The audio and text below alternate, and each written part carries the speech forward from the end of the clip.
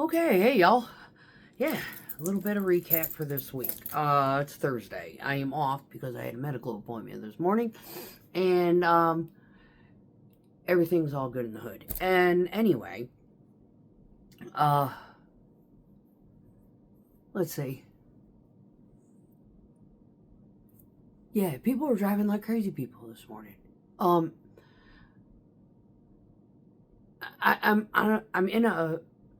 I'm on 109, and it's like 45, then 50, then 55. And then it slows down to 45 again. And then it stays 45 all the way into Lebanon, right? And I'm like, why is everybody doing like 80 fucking miles an hour? It's 6:30 in the morning. It was wild. I'm just trying to like jam on my tunes and chill and get there, right?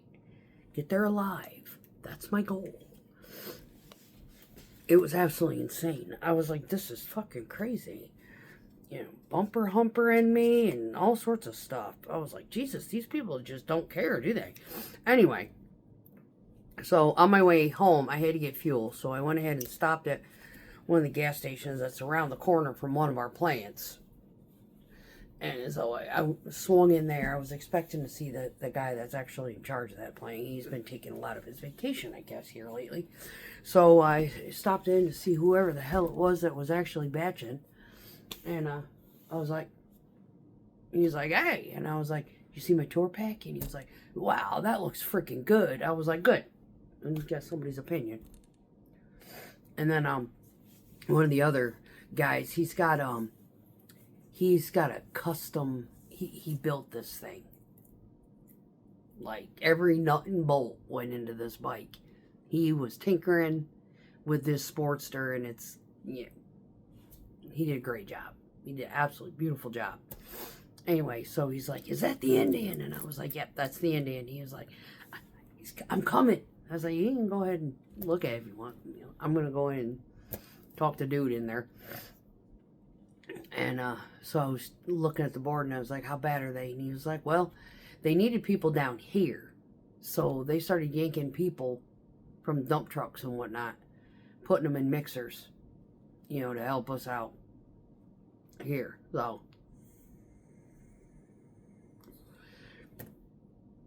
he was, yeah, it's a pump job. And I guess they started at 5:30 this morning, whatever. Anyway, so sat there 5 minutes with him, bullshitting, whatever, and I was like, yeah, if I have a medical appointment down here, I usually take the whole day, because I don't know what's going to happen, and I don't want to be committed to coming in at any given time, or promising, yeah, I'll be in this afternoon kind of bullshit, and then end up getting screwed, you know, that kind of thing. He's like, yeah, I did that once. He goes, I learned my lesson. You told me, if you got an appointment, just take the whole fucking day off. Because one, you're not going to get out in time if it's in the afternoon. Or two, if you get done in the morning, sometimes you got to go in for extra blood work. You got follow-up x-rays, shit like that. You know, you don't know how long it's going to take for you to get out of this damn appointment. You might as well just take the whole fucking day. That way you ain't stressing, having to worry about going back into work. Anyway.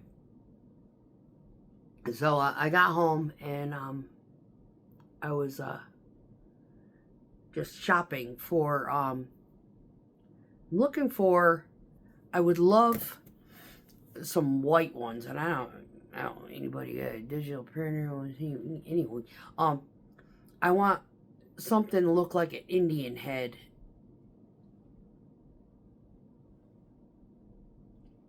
Give me a second. I got a t-shirt.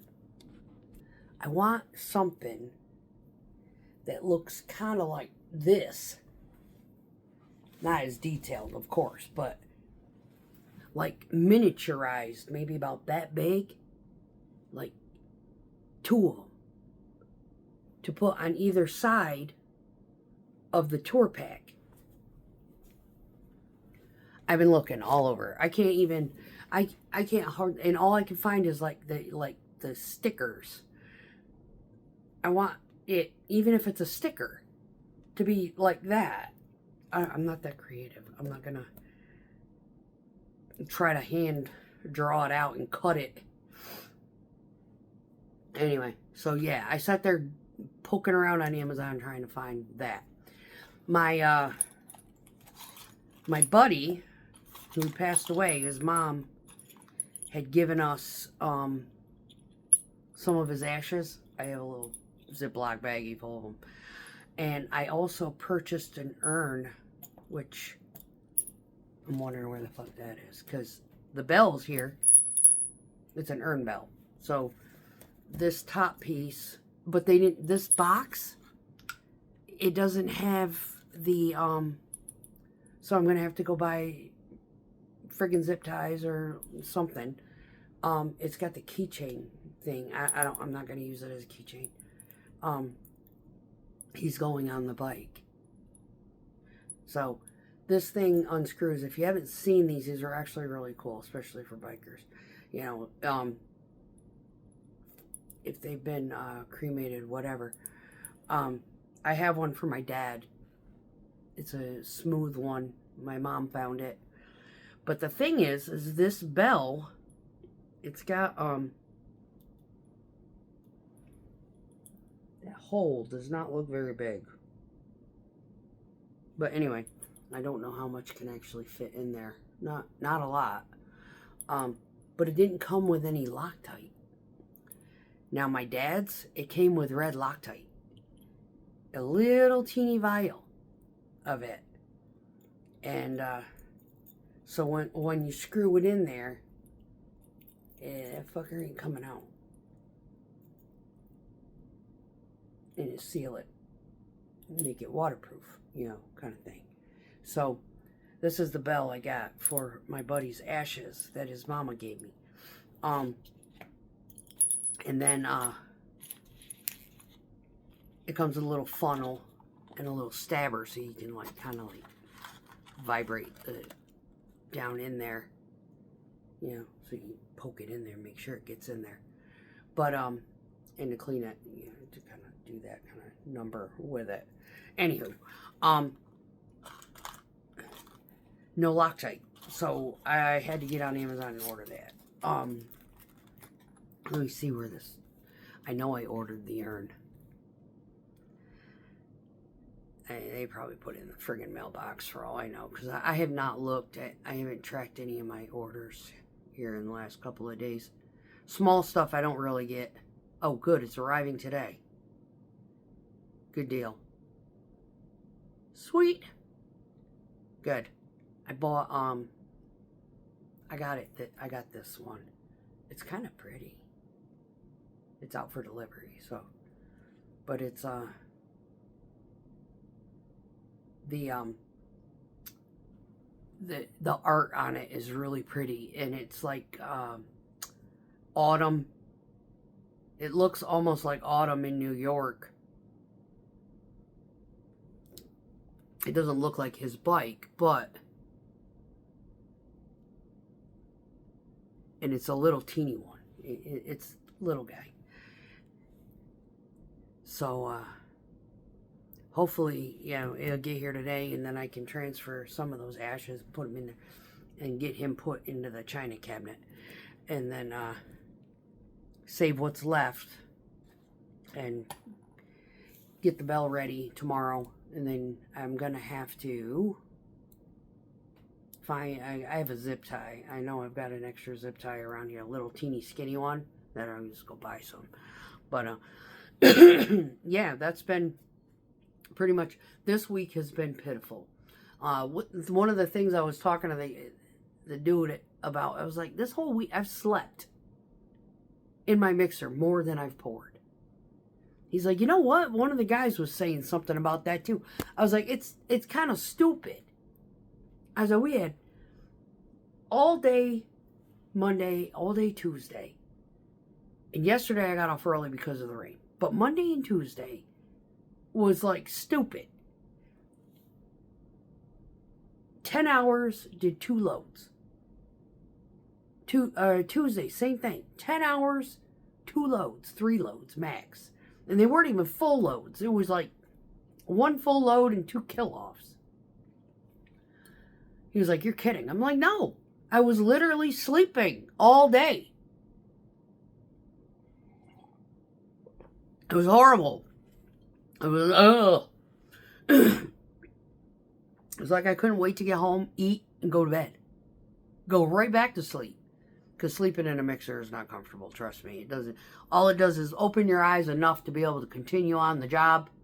But as far as actually relaxing and resting your body, no, it does not do you justice at all. It just gives you a little bit of pick-me-up and then carry on. So, but I gotta say this. My appointment today, my GYN doc is the best. I fucking love this lady. She come in, this is like medical PR, right? She's just freaking, maybe it's just because I'm funny.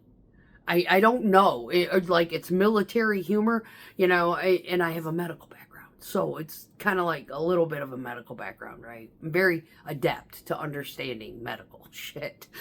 So, first thing she does is she comes in, she's like, hey, how have you been? It's been a year. How's that grandbaby? She remembered.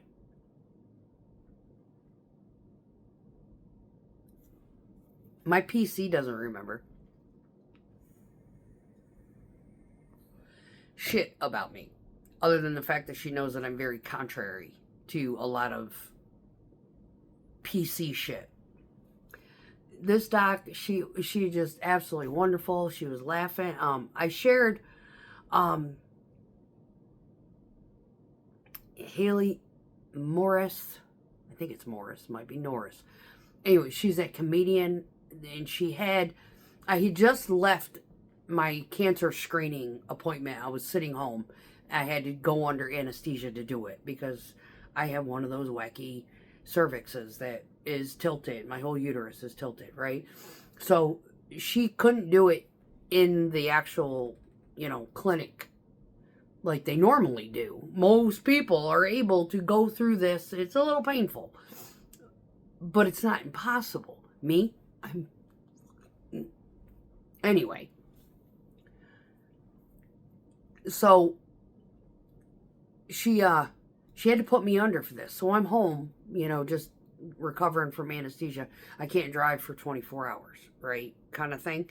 So we try to schedule these on a weekend where it's not going to matter, kind of thing. So she finally gets that done, and I'm sitting home and I'm doom scrolling, and I run across Haley Morris's, the one where she takes the speculum and she's got it in her mouth, and she's got what was it that she had something, it was kind of like stabbing her in the head, kind of like a toilet brush or something. Like, I was laughing so freaking hard. Well, I had to go back like a week later to do like a follow-up, appointment with this GYN. I was like, I've got to share this with you. And she was like, why? I was like, you give the appointment worth its while, but yeah, you got to see this fucking thing. I said, you are going to laugh so hard. I said, and of course, there I am sitting in my recliner, doom scrolling, and this comes across, and I am howling, laughing, right? Because it's immediately after I get my cancer screening appointment done, right? And I show her this thing, and she was like, it's just like, she's crying, laughing. I mean, my GYN is just busted. This poor woman. Her head's kicked back, cracking up behind the mask, just laughing. So anyway, every time there's something going on, and I always have like something smart ass to say. It's like, yeah, I gave her a haircut today just for you, because she's like, you realize when that shit starts growing back, it's gonna. I said, oh yeah, it itches like a motherfucker, and she just started laughing. And then I said, yeah, there was another short that I came across. I didn't save it for you because there wasn't really anything comical about it. It was just kind of like a educational FYI thing, and I because I doom scroll a lot. It's kind of like psychological therapy for me. And I said, and there was this lady, she was on this FYI thing, realized that the labia minora shrink with age. And I'm sitting there thinking, yeah, just like men's penises, right? And her and her nurse are cracking up. And I was like, and I did not know this. She's like, really? I said, yes, learn something new every day. I said, I'm very medically adept. I said, but that was one little tidbit of information that had never been put forth to me. So there I am in the fucking bathroom. Check-in. She's like, well, if you want them to grow back, I can just give you some estrogen. I was like, no, thanks. We don't need no extra deli meat down there. I mean, every appointment that I have with this woman turns into a fucking comic session. And I absolutely love the shit out of this lady. She's absolutely great because she laughs at my twisted fucking humor. So, yeah, I look forward to my GYN appointments now. If this woman ever leaves, I'm going to stalk her out.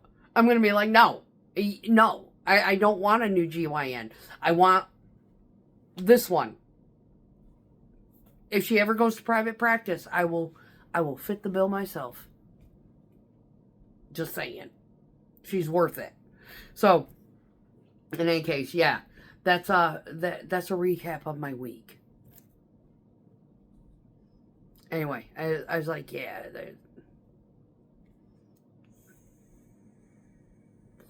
She goes, other than that, you got any other issues that, I was like, no, my hoo-hoo is the only thing that doesn't give me problems. Everything else is broken. And she just cracked up. She was like, oh, good. I guess that's good for me. Anyway. So, all in all, everything's wonderful. Things are great. Bike looks great. Oh, my oil change. That oil is amazing. I don't know if anybody else has experienced this about motorcycles.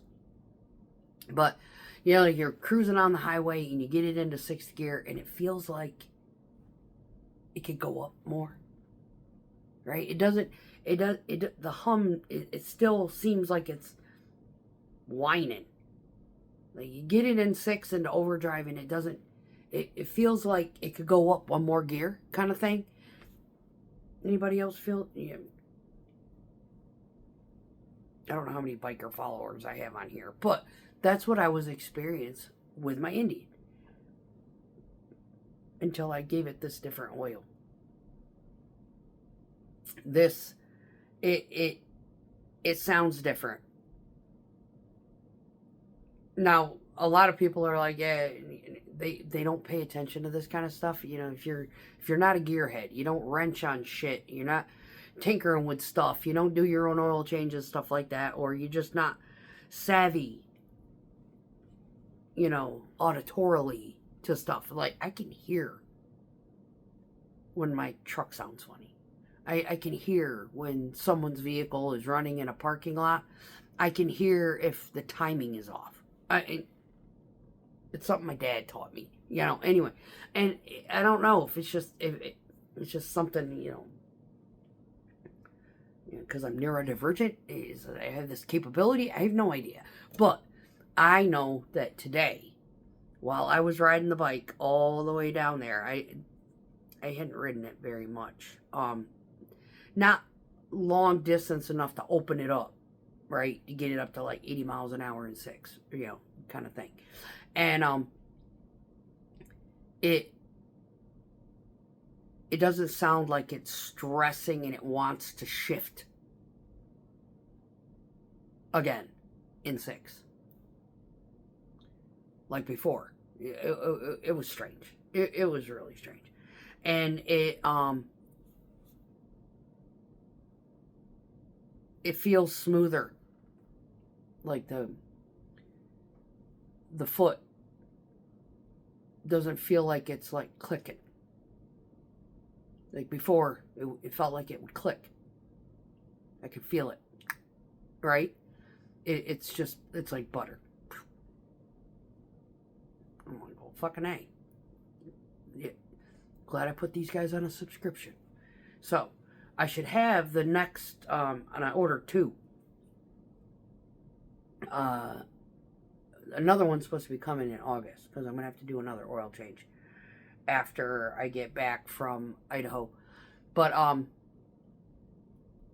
have one coming every 5 months after that. So it'll be good to go. But yeah, my motorcycle oil changes take, they're easy compared to the truck. A lot of people would like, I beg to differ. No, well, Indians are a little different. They have 2 little teeny drain holes, and the most complex thing about getting the oil change done is the torque wrench, putting the bolts back to torque spec. That's it. That's the hardest thing on. That's right at the very end. Well, this time I struggled with the oil filter. I had to put the jaws on it, because I had that fucker cranked down so tight, because it keeps walking out. When they walk out, you lose oil, right? So I didn't want it walking out again. So there's that. But anyway, everything's good. I'm trying to decide what it is I want to make for my one meal today. And I do want a snack. And I do want a cocktail. I'm in the mood for a cocktail. I haven't drank all week. Yep. I ain't drank since I put that one video out. Yep. So, yeah. Drinking it on GLP-1, definitely haven't done beer in over 2 weeks, because it just, I don't know, it just ain't settling well in my stomach.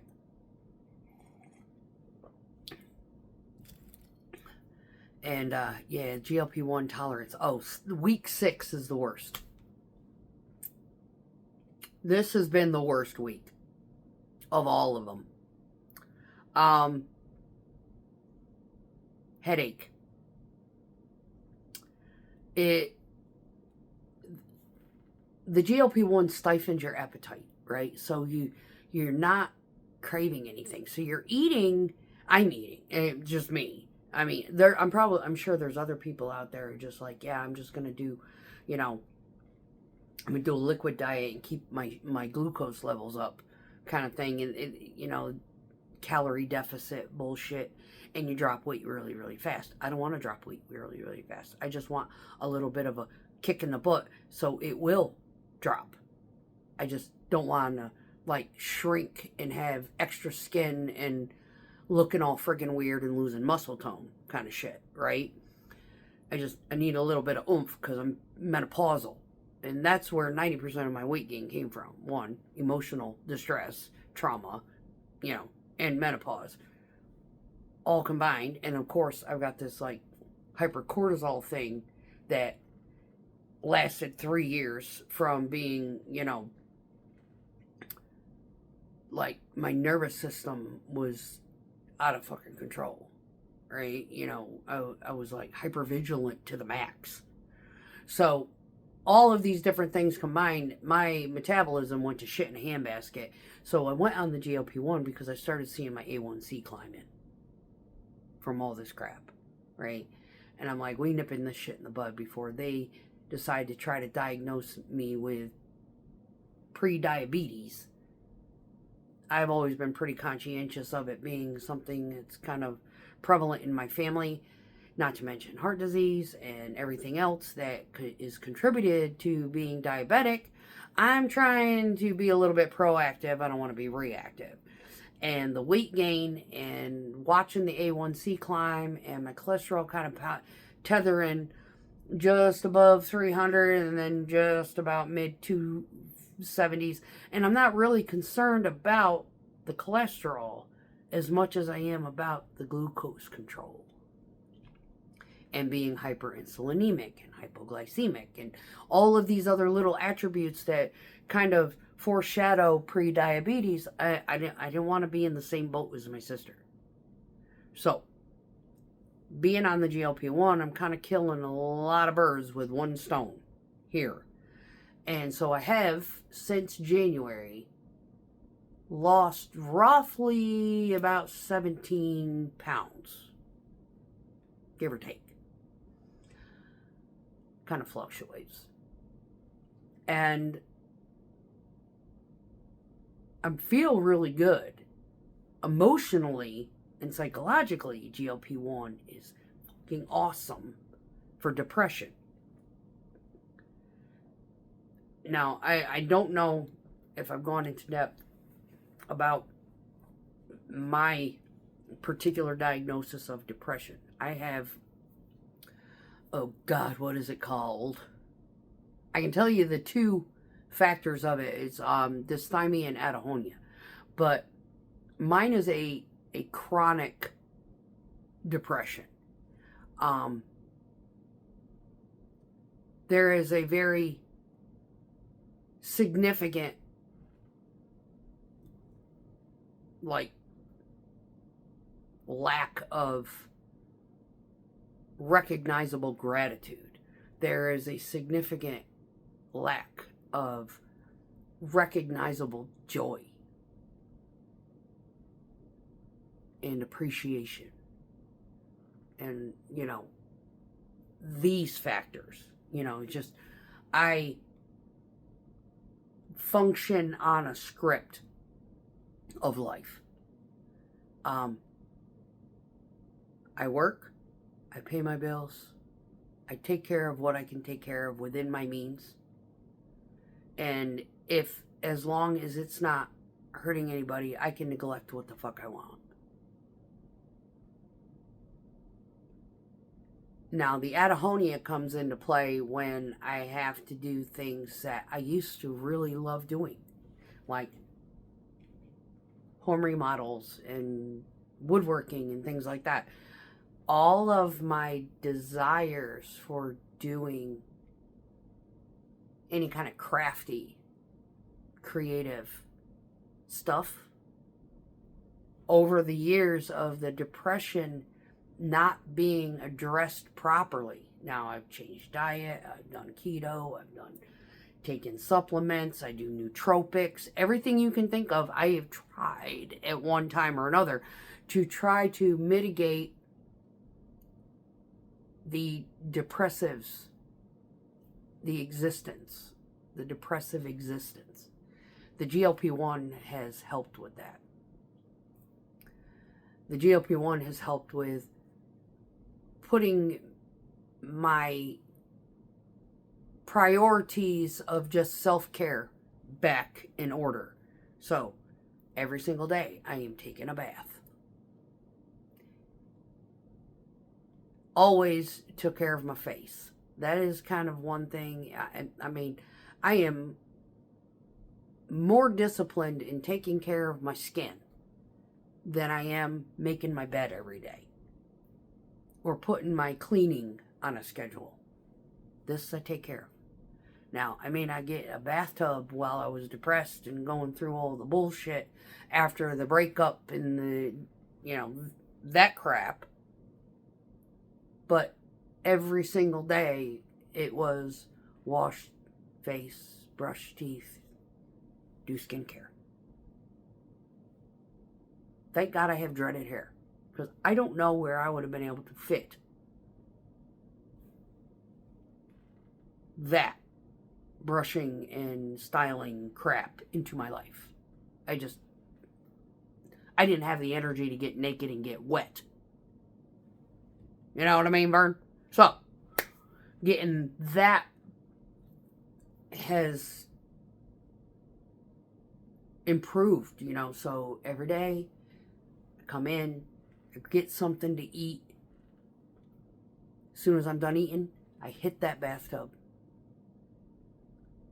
And in the morning, same routine. Everything's good in the hood.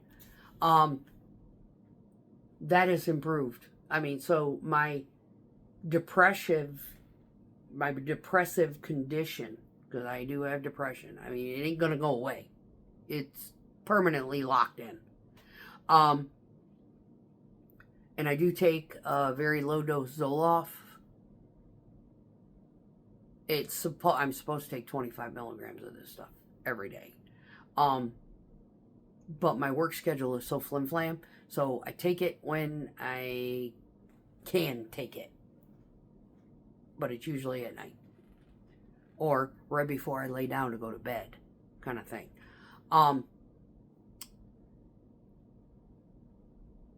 It has helped bring it from like a level of 10 down to like a 3.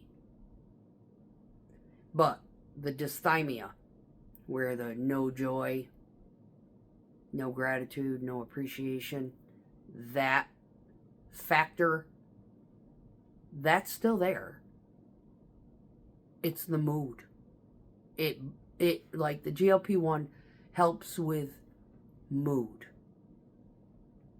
The anhedonia is like creative interests, like interests in my hobbies. The only thing that I really have that is kind of standing, and the anhedonia started kicking in, God, when was it? It was that 1 year band camp. 2019. 2019 was the straw that broke the camel's back as far as ultimate disinterest in anything creative. It was after that, it was just like, I don't want to pick up a pencil and a tape measure. Fuck that. I lost interest in all of that overnight. And I lost interest in the motorcycle. That is a year that I did not ride. Hardly at all. Hardly at all.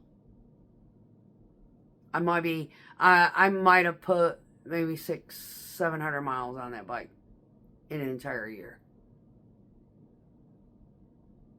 Yeah. So there's, by the time I got out of that relationship, the bad, nasty, narcissistic-y fucking cluster B milkshake one, my anhedonia had peaked. The dysthymia had peaked, and those two are still there. I can't give them a level because they come and go. Like, I might get this wild hair and get busy on something, but it's very short-lived. And then I don't feel accomplished.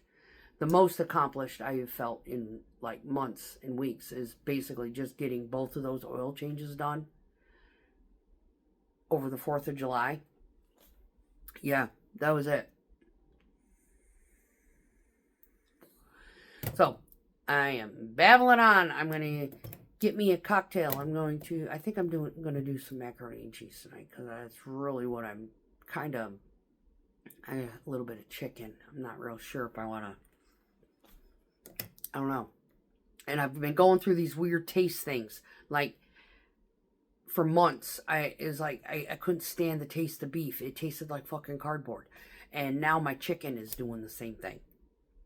Beef tastes good, chicken tastes like cardboard. I don't know. Blame it on GLP-1. And there's my mama. So, catch y'all later. Peace out.